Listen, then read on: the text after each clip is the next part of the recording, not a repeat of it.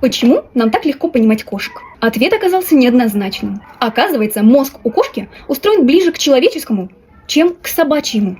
Особенно это касается участков, отвечающих за эмоции. Именно поэтому кошки способны так тонко чувствовать эмоции человека. А их эмоциональные реакции во многом похожи на наши. Возможно, именно поэтому многие владельцы говорят, что кошка будто понимает их без слов. Может быть, именно поэтому связь человека и кошки часто кажется такой особенной. А вы замечали, что кошка чувствует ваше настроение? Напишите в комментариях.